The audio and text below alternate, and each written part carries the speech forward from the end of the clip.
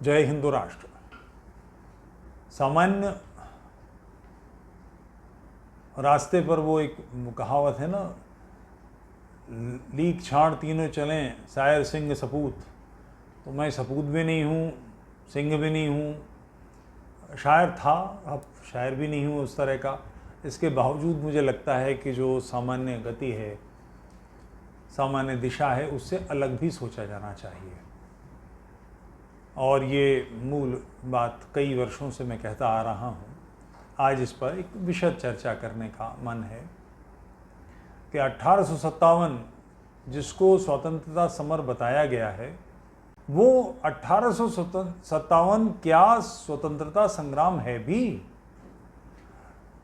स्वतंत्रता का अर्थ क्या है, पहले तो इस पर थोड़ी सी बात करना आवश्यक है। स्वतंत्र मतलब मेरा अपना तंत्र, मेरे सिस्टम को कोई और चलाए, वो मुझे स्वीकार नहीं होना चाहिए। जैसे हम जो व्यवस्था आज कर रहे हैं, जो राज्य हम चला रहे हैं, देश को जिस प्रकार से चला रहे हैं, अंग्रेज उसको इससे कम अच्छे ढंग से नहीं चलाता था। आज की ब्यूरोक्रेसी को करप्ट किया जा सकता है बहुत आसानी से। ऐसा नहीं है कि अंग्रेजों के समय में करप्शन नहीं था, डलहौजी पर मुकदमा चला है बाकायदा, मगर सामान्य प्रशासन उस मायने में भ्रष्ट नहीं था। चर्चिल ने ये बात कही है कि भारत को स्वतंत्रता नहीं मिलनी चाहिए, ये समस्या खड़ी कर देंगे, भ्रष्ट लोग हैं, इनमें मोराल नहीं है। ये बात चर्चिल की गलत है, इसे मानने में कोई कठिनाई नहीं, मगर दिखाई देता है लाखों करोड़ के घोटाले बड़े पैमाने पर, ये सारी चीजें कैसे आ रही हैं? क्योंकि इसके लिए कोई एक अपनापन, अपना भाव, तो हमारा अपना तंत्र यानी हम चलाएं, एक सामान्य बात है। कोई हत्या होती है तो पुलिस के सर्च करने का तरीका होता है कि इससे लाभ किसको हुआ है, कौन है जो जिसको इससे कुछ बढ़िया उपलब्धि हुई। 1857 का जो तथाकथित स्वतंत्रता समर है, वो उत्तर भारत के छोटे से हिस्से में केंद्रित है। लखनऊ है उसका केंद्र, दिल्ली है उसका केंद्र, छोटी मोटी मामूली लड़ाई झांसी की है। कई बार लोगों से मैं पूछता हूं, मेरठ में है, बरेली में है, तो प्रश्न मेरा कई बार उनसे ये रहता है कि 1857 में अगर अंग्रेज हार जाएंगे तो भारत की राजनीतिक व्यवस्था किसके हाथ में होगी? कई बार लोग कहते हैं कि मराठों के हाथ में। इस बात की जानकारी कम लोगों को है। झांसी बहुत छोटा सा बड़ा मामूली सा राज्य है, तो बड़ी सल्तनत नहीं है, फौजें भी उसके पास कम हैं, मगर उसके बावजूद झांसी ने कुछ दिन के लिए, 2-3 दिन के लिए, ज़्यादा नहीं, ग्वालियर छीन लिया था सिंधिया से। तो सिंधिया की फौजों की दयनीय स्थिति क्या रही होगी कि झांसी जैसे राज्य ने ग्वालियर छीन लिया। 3 दिन बाद ही वापस हो गया, वो अलग बात है, मगर 3 दिन के लिए झांसी का झंडा ग्वालियर के किले पे आ गया। कैसे? कि अंग्रेजों ने जो भारत के राज्य थे, रजवाड़े थे, उनकी सेनाओं को बिल्कुल नष्ट कर दिया था। वहां उनकी अपनी सुरक्षा व्यवस्था थी। जब सेना है ही नहीं तो लड़ेंगे कहां से? वो मराठों के हाथ में कैसे आएगी? और फिर जो उस काल की परिस्थिति है, 1857 की क्रांति, आपको कमल की और रोटी की और फलानी ये सारी बातें पढ़ाई गई होंगी, हमने भी कोर्स में पढ़ी हैं। मंगल पांडे कलकत्ता के पास बैरकपुर, वहाँ उन्होंने गोली चलाई थी। उनका मेरठ के संघर्ष से कुछ लेना देना नहीं है। मेरठ के था क्या, राइफल हुआ करती थी, मजल लोडिंग, यानी नाल के साथ में गज लगा होता था लोहे का, उसको निकाल के ठोक ठोक के बारूद भरा जाता था, उसके आगे गोलियां भरी जाती थी, टिकली लगाई जाती थी, फिर फायर होता था। फायर करने के बाद फिर दोबारा वो बारूद और ये सब भरा जाता था। एक फायर करके दोबारा, जैसे आजकल है AK-47 कि 1 मिनट के अंदर 50 गोली, 100 गोली, 200 गोली, AK-57 या बड़ी बड़ी राइफलें और स्टेन गन्स और कार्बाइन तड़ता फायर करती, वैसी वो नहीं थी। एक बार फायर करने के बाद में दोबारा गोली भरने में समय लगता था, एक आधा मिनट 1 मिनट का समय लग जाता था।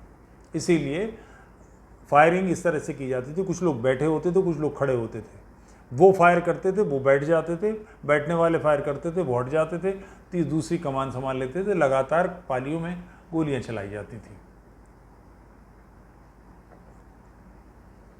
एनफील्ड ने एक सिस्टम निकाला, एक लंबा पार्चामेंटेड, उसके अंदर पाउडर, गोलियां, कारतूस सब भरा होता था। वो डाला और ठोका और फायर कर दिया। उसको दांत से खोलना पड़ता था, क्योंकि बाएं हाथ में तो आप राइफल पकड़ेंगे, उसको खोलेंगे कैसे? अगर खोलेंगे तो राइफल रखनी पड़ेगी, तो ये संभव नहीं था। तो उसको डालते थे और उसके बाद फायर करते थे। चर्चा आई कि ये गाय की चर्बी से उपलब्ध है, गाय की चर्बी से चिपकाया गया है इसको, इसमें जो चिकनापन है वो गाय की चर्बी का है। स्मेल से पता भी लगता था कि मांस जैसा है।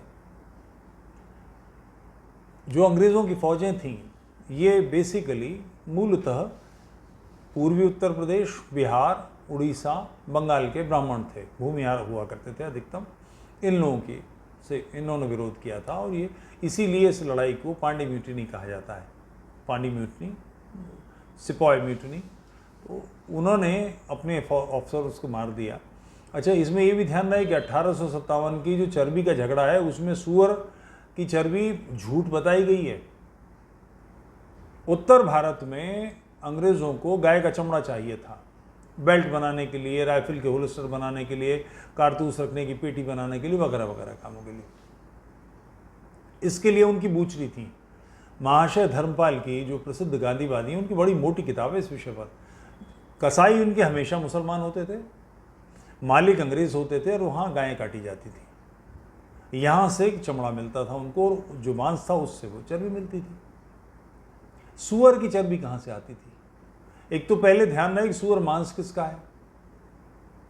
मुसलमान सूअर खाता नहीं। हिंदुओं में भी एक बात ज़रूरी है जो ये ध्यान रहे कि मांस में सब प्रकार के मांस की, जैसे मूली की, अदरक की, गाजर की, बैगन की, गोभी की, सबकी अलग भिन्न स्मेल होती है, भिन्न टेस्ट होता है। वैसे ही मांस का भी है। ऐसा नहीं है सूअर का मांस गाय बीफ में या पोर्क बकरे में या मुर्गे में मिला दिया जाए, ये डिफरेंट होते हैं। तो सूअर का मांस कौन खाता है? केवल उस समय के जो वाल्मीकि जाति है, ये लोग खाते थे, वो आज भी पालते हैं। 1857 में वाल्मीकि समाज की आर्थिक स्थिति ऐसी थी कि उनको बेचने के लिए पिगरी बनाई जाती। सूअर का मांस की चर्बी, सूअर की चर्बी मिले ही कहाँ से? जहाँ सूअर काटे जाएं। सूअर काटे कहाँ जाएंगे? पिगरी में। तो उस पिगरी का जो प्रोडक्शन है वो जाएगा कहाँ? कौन लेगा उसको? 1857 को हिंदू मुस्लिम एकता, इत्तेहाद दिखाने के लिए इन कमबख्त इतिहासकारों ने गाय की चर्बी के जो पार्चमेंटेड कारतूस थे उसमें सूअर की चर्बी और मिला दी, जबकि इसका कोई कहीं उल्लेख नहीं है, सब बकवास है। गाय की चर्बी के कारण वो जो भूमिहार ब्राह्मण थे या ब्राह्मण सेनाएं थीं, वो बिदक गई। इस्लामी जो संघर्ष था वो डिफरेंट था, और वो उस समय एक बुझती हुई सी आभा शेष थी दिल्ली सल्तनत की। उन्होंने दिल्ली क्रॉस की, यमुना, अब पहुंच गए। सामने से अंग्रेज़ों ने कुछ उनके ऑफिसर्स ने धमकाया, उन्होंने गोली चला दी, मार दिए। 3 दिन के अंदर ये बात समझ में आ गई उनकी कि दिल्ली में जिहाद शुरू हो गया है। एक बड़ी मशहूर किताब है विलियम डेलरिम्पल की, द लास्ट मुगल, बहादुर शाह जफ़र पर 1857 पे, बहुत बढ़िया किताब है। इस्लामियों के पक्ष में लिखी गई किताब है, उनकी दृष्टि से लिखी गई किताब है, उनकी सहानुभूति के साथ लिखी गई किताब है। वो कहते हैं कि 1857 के ओरिजिनल डॉक्यूमेंट्स दिल्ली में प्रेस मौजूद है, अखबार हैं उर्दू के, अंग्रेज़ी के। उनकी किसी ने धूल तक नहीं झाड़ी, किसी ने इतिहासकार ने छुआ तक नहीं उन सारे ग्रंथों को जिनसे पता लग सकता है सत्य क्या है। वो ओरिजिनल डाक घर के टेलीग्राम ऑफिस के डॉक्यूमेंट्स दिल्ली में जब अंग्रेज़ों ने महसूस किया कि वो हार सकते हैं और भारतीय फौजें, ध्यान रहे दोनों एक ही तरफ फौज थी, वो मेरठ के सिपाही जो थे वो भी वही वर्दी पहनते थे जो अंग्रेजी सेना के सिपाही, क्योंकि बेसिकली अंग्रेजी सेना के लोग थे, वही लड़ रहे थे। शुरुआत की लड़ाई तो उन्हीं के बीच की। तो उन्होंने जो दिल्ली में बारूद खाना था उसे उड़ा दिया। उस बारूद खाने के उड़ जाने के बाद तुरंत उन्होंने पंजाब में, एक सेकंड, नाम कैंट ध्यान से निकल रहा है, एक अंबाला कैंट में इन्फॉर्म किया कि यहाँ बारूद खाना उड़ा दिया गया, टेलीग्राम हुआ। वो टेलीग्राम के ओरिजिनल जो डॉक्यूमेंट्स हैं वो आज भी उपलब्ध हैं। फिर अंबाला ने जो तुरंत वायसराय शिमला को इन्फॉर्म किया कि ये हो गया है, जिसके चलते उन्होंने तुरंत पंजाब से सेनाएं एकत्र की, पटियाला की, नाभा की, जींद की, इसकी उसकी, मालेरकोटला, फलाना, इन सब से, और उसके बाद दिल्ली की तरफ कूच किया। इसके ओरिजिनल डॉक्यूमेंट्स किसी ने छुए भी नहीं हैं। ये बात लोगों की जानकारी में नहीं है कि पंजाब की फौजें अंग्रेजों के साथ थीं। इसको छुपाने का कारण यह है कि मानसिकता यह है कि जो लोग अंग्रेज के साथी हैं वो देशद्रोही हैं और जो अंग्रेज से लड़ रहे हैं वो देशभक्त हैं। ये बात ही गलत है। देशभक्ति अंग्रेज की शत्रुता से या देशभक्ति अंग्रेज का साथ देने से थोड़ी तय होगी। मुझे कैंसर नहीं है तो इसका मतलब मैं स्वस्थ हूं, ऐसा नहीं है। हो सकता बुखार हो। स्वास्थ्य एक विधायक तत्व है। इस विधायक तत्व क्या आकलन इस हिसाब से नहीं होगा मुझे फलानी बीमारी है कि नहीं, मेरा बीपी हाई है कि नहीं, मुझे डायबिटीज है कि नहीं। स्वास्थ्य एक विधायक तत्व है, एक पॉजिटिव ताकत है। उसका अंग्रेज से लड़ने, अंग्रेज से का साथ देने से कुछ लेना देना नहीं है। बहरहाल मैं कहना ये चाह रहा था, और इस बात को साबित करने के लिए कुछ फर्स्ट हैंड डॉक्यूमेंट इस्तेमाल करता हूँ। 1857 में दिल्ली में गालिब मौजूद हैं। गालिब ने अपने शागिर्द को खत लिखा है। उनके छोटे भाई जो मानसिक रूप से थोड़ा गड़बड़ थे, इनके गांव गली कासिम जान के लोगों ने तेगा कर दिया था, यानी गली के बाहर दीवार चिन दी थी जिससे बाहर का हंगामा अंदर ना आ सके, अंदर के लोग बाहर ना जा सके। इनके भाई, गालिब के भाई, निकल के बाहर चले गए और मारे गए। तो वो लिखते हैं कि बाहर राजा पटियाला के 2 सिपाही तैनात थे, जिनकी वजह से तदफीन मुमकिन हुई, यानी दफन मुमकिन हुआ। 2 चादरों को मिलाकर कफन बनाया गया और गुस्ल देकर उनको दफन किया गया। राजा पटियाला के सिपाही क्या कर रहे थे दिल्ली में, ये इतिहास से नदारत है। और राजा पटियाला के सिपाही अगर इसमें सम्मिलित थे तो राजा पटियाला देशद्रोही नहीं हो जाते। और चूंकि अंग्रेज से रानी झांसी लड़ रही थी इसलिए वो देशभक्त, तो ऐसा नहीं है। राष्ट्र की परिभाषा बड़ी भिन्न है उस समय, उसमें बहुत सारे शेड्स हैं। मगर 1857 दिल्ली और लखनऊ जो उनके बड़े केंद्र थे, उनके संदर्भ में शुद्ध इस्लामी जिहाद है। विलियम नेल्टन की किताब में इसका वर्णन है कि लोग हथियार लेकर भागे जा रहे हैं तो लोग रोकते हैं कि लंगर लगा हुआ है, खाना खा लीजिए। तो वो कहते हैं जिहाद है, जान देनी है दीन के लिए, खाना खा के क्या होगा। बरेली की फौजें, वहाँ से भी, बरेली के पास में कैंटोनमेंट था, वहाँ से भी फौजें आई थी, जैसे मेरठ से आई थी। बहादुर शाह जफ़र के साथ हो गई थी। बख्त खां को इस सारी लड़ाई का इंचार्ज बनाने की बात थी। फिर हंगामा हुआ तो बहादुर शाह जफ़र के बेटे को कमांडर इन चीफ बनाया गया। वो शुद्ध वहाबी था। नीमच की पलटन जिस समय अंग्रेज़ों से लड़ रही है और अंग्रेज़ फायर कर रहे हैं, और नीमच की पलटन हिंदू पलटन थी, वो फंस गई, दलदल था, यमुना के किनारे निकल भी नहीं पा रहे थे, उन पर फायर हो रहा था। ये देखता रहा, तोपखाना था इसके पास, इसने अंग्रेज़ों पर हमला नहीं किया कि काफिर मारे जाएं। काफिरों को मारे जाने के लिए, उसमें बिल्कुल स्पष्ट शेड है ये। और ये बात समझनी चाहिए कि 1857 में अगर हमारे उस काल के दिल्ली वाले लोग सफल हो जाते और अंग्रेज हार जाते तो दिल्ली किसकी होती? मुगलों की। लखनऊ किस, अवध किसका होता? नवाब का। इन्हीं नवाब से, इन्हीं मुगलों से हम सैकड़ों साल से लड़ते आ रहे हैं। हर प्रकार से उन्होंने हमें यातना दी। इसी औरंगजेब की तो औलादों में है ये।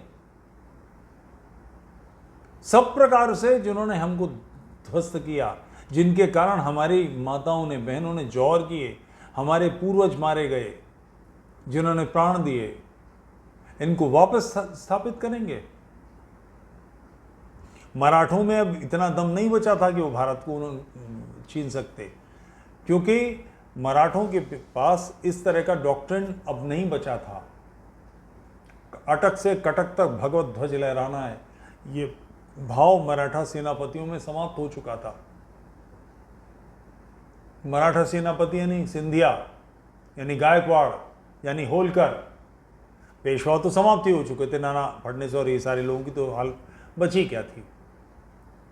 कालपी में उनको विस्थापित कर दिया गया था, वहां उनके पास दमखम नहीं बचा था।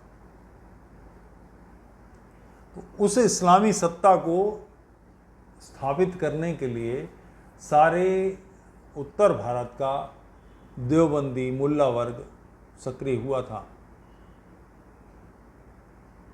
शाह वलीउल्लाह देहलवी के औलादें, उनके जितने हरामजादे हैं, सारे सारे लगे हुए थे। इस्लाम वापस दिल्ली में फिर से हरा झंडा, हमारी ताकत स्थापित हो, और अंग्रेज हार जाते तो ये होना ही था। तुरंतता से यही होने वाला था। तो 1857 के बारे में इसको स्वतंत्रता संग्राम या जिहाद बताने से पहले ये बात तय होनी चाहिए, समझ में आनी चाहिए कि ये राष्ट्र किसका है, ये देश किसका है, इसके उत्तराधिकारी कौन हैं, ये मूल धारा कौन सी है, इसका स्वर क्या है।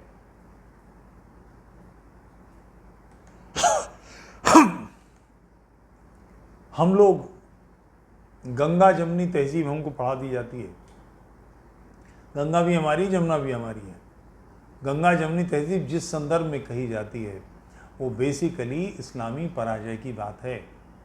इस्लामियों के सारे प्रयासों के बावजूद भारतीय संस्कृति पददलित नहीं हुई, भ्रष्ट नहीं हुई, भूल उंठित नहीं हुई, मूर्छित नहीं हुई। उसके अंदर अपने सत्व को स्थापित करने, भगवत ध्वज को लहराने की जिजीविषा शेष थी। खड्ग हस्त थे हम, जूझते थे। उस मानसिकता के कारण जो एक स्थिति बनकर आई उसको गंगा जमनी तहजीब कह दिया जाता है। बाकी हर जगह हमारी संस्कृति को मिटाने की इस इस्लामी संस्कृति ने कोशिश की है सदैव। एक नाम भी ऐसा नहीं निकलेगा जो ऐसा ना हो, सारे के सारे ऐसे। तो उस संस्कृति के बचे हुए लोगों को स्थापित करने की ये भी है कि 1857 में ईद के दिन बहादुर शाह जफ़र ने हुक्म दिया था कि जिसने भी गऊ की कुर्बानी की, चूँकि बरेली की फ़ौजें बख्त-ए-खान पार्टी के जो लोग थे वो उतारू थे कि गौकशी की जाएगी, गाय कत्ल किया जाएगा, तो बहादुर शाह जफ़र ने फरमान जारी किया था कि जो भी ऐसा करेगा उसे तोप के मुंह से बांध के उड़ा दिया जाएगा। कारण ये नहीं था कि बहादुर शाह जफ़र गऊ मांस नहीं खाते थे या गऊ के प्रति पवित्र भाव रखते थे, ये कारण नहीं था। कारण ये था कि दिल्ली में फ़ौजों में आपस में लड़ाई हो जाएगी, हिंदू जूझने को तैयार बैठे हैं, एकदम से विप्लव हो जाएगा, अंदर लड़ाई हो जाएगी। तो इस मानसिकता को समझे बगैर 1857 को हिंदू मुस्लिम एकता बता दिया जाता है, आज़ादी की लड़ाई बता दिया जाता है। और उसका कारण है, बताने वाला कौन? शुरू के 5 शिक्षा मंत्री इस्लामी जमात के लोग हैं। पहला तो भाई मौलाना आज़ाद, खिलाफत मूवमेंट का आदमी। सारी दुनिया में इस्लामी खिलाफत मजबूत रहे, इसके लिए भारत में आंदोलन चलाने वाले लोगों में से एक मौलाना आज़ाद को भारत का पहला शिक्षा मंत्री बनाया गया। नतीजा उसका आना था। हमको मुगल सल्तनत पता है, हमको पांड्य साम्राज्य नहीं पता, हमको चोल नहीं पता, हमको मौर्य नहीं पता। हमको भारत के इतिहास का मतलब मुगल सत्ता, 900 वर्षों तक अक्षुण राज चला, 350 साल तक अक्षुण राज चला मेवाड़ का, हमको नहीं मालूम है। ललितादित्य, प्रतापादित्य जैसे तेजस्वी लोग, उनका कुछ भी हमको नहीं मालूम। अकबर का बाप कौन था और अकबर का बेटा कौन था और उसका पोता कौन था और उसका परपोता कौन था, ये सारा पढ़ाने में हमें समय नष्ट किया जाता है। इन लोगों ने हमारे मंदिर तोड़े, हमारे विश्वविद्यालय समाप्त किए, हमारे पुस्तकालय जलाए, हमारे आचार्यों को मारा, हमारी स्त्रियों को दासी बनाया, उनको भोग्या बनाकर बाजारों में बेच दिया। दुख्तर हिंदुस्तान 2-2 दीनार जैसी पट्टी जहाँ लगी, उसका हमको नहीं पढ़ाया जाता कि भारत की बेटियां 2-2 दीनार में बिकी हैं। बेची किसने? इस इस्लामी सत्ता ने। उस इस्लामी सत्ता के पापों को ग्लोरीफाई करके बताया जाता है। बाबर ने मुगल साम्राज्य की नींव डाली, जैसे कोई बिल्डिंग बनाई हो या जैसे कोई बाग लगा दिया हो जिसमें बड़े उपवन में बड़े सुंदर वृक्ष होंगे, फूल आएंगे। इस तरह से मुगल साम्राज्य बताया जाता है। मुगल साम्राज्य की नींव हमारे पूर्वजों की हड्डियों पर, हमारी रक्त मांस पर, हमारी मज्जा पर रखी हुई है, जिससे सड़ांध आती है। इस बात को छिपा दिया जाता है। 1857 उस मुगल सत्ता को दोबारा स्थापित करने के लिए इस्लामी हुंकार है। और ये मैं ही नहीं कहता, देवबंद में, बरेली में जो उनके मदरसे, उनमें कोर्स में पढ़ाया जाता है, ये इस्लामी जिहाद है। उनके पास तथ्य है इसके। और ये पूज्य सावरकर जी जो मेरे आराध्य जैसे हैं, उनसे भी चूक हुई है कि उन्होंने 1857 को इस्लामी जिहाद बताया है। ये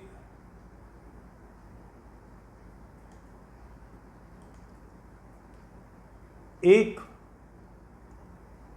मैं इस कमेंट को लेना चाहूँगा, इस पर प्राध्यापक शेषराव मोरे जी का मराठी ग्रंथ है 1857 का जिहाद। ये प्रामाणिक ग्रंथ है, ओरिजिनल टेक्स्ट है।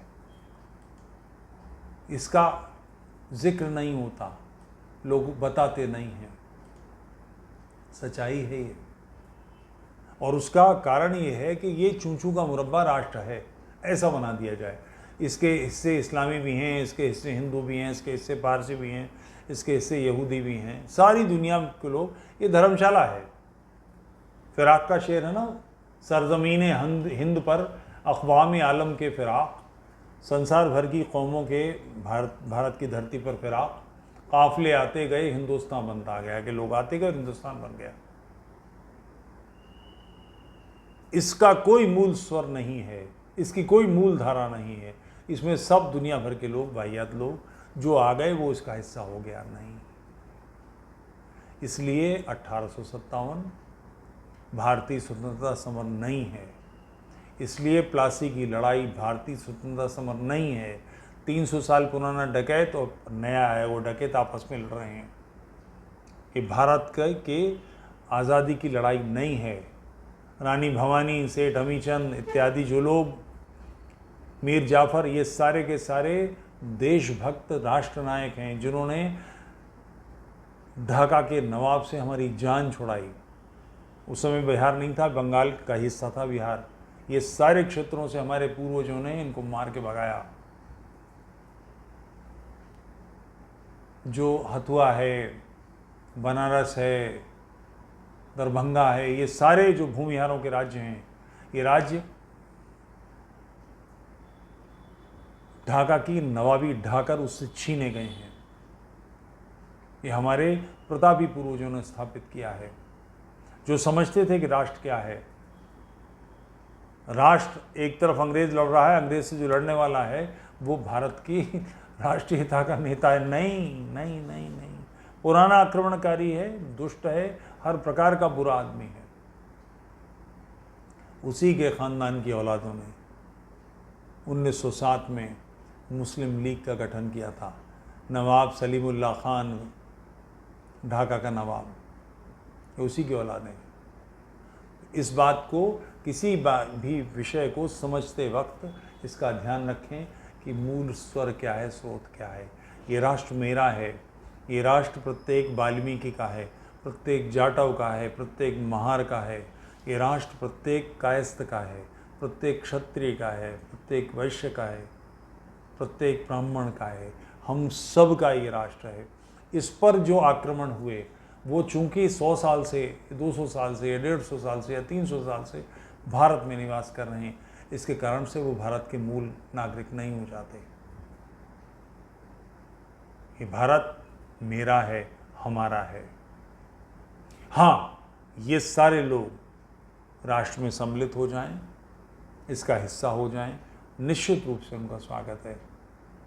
मगर जब तक वो अकबर हैं, जब तक वो जहांगीर हैं, जब तक वो शाहजहाँ हैं, जब तक वो औरंगज़ेब हैं, तो चाहे इनकी माँ हिंदू हो या इनकी नानी हिंदू हो, इसके कारण से ये राष्ट्र का हिस्सा नहीं होते। यूट्यूब चैनल तुफैल चतुर्वेदी को लाइक कीजिए, सब्सक्राइब कीजिए, सपोर्ट कीजिए, मेंबरशिप लीजिए। एक कमेंट रह गया, उसको और लेना चाहूँगा। सुदर्शन चौहान जी, बहुत बहुत धन्यवाद। अपना ख्याल भी रखिए। आप एक राष्ट्रीय संपत्ति बन चुके हैं, आप प्रेरणा के स्रोत हैं। हम जैसों में शक्ति का संचार आप जैसे महानुभावों से। मैं तो बहुत सामान्य व्यक्ति हूँ, राष्ट्र तो बहुत बड़े ऋषियों का, महर्षियों का, तेजस्वी लोगों का है। मैं तो रेत का कण हूँ। अपने बारे में मुझे कोई गलतफहमी नहीं है। जय हिंद राष्ट्र।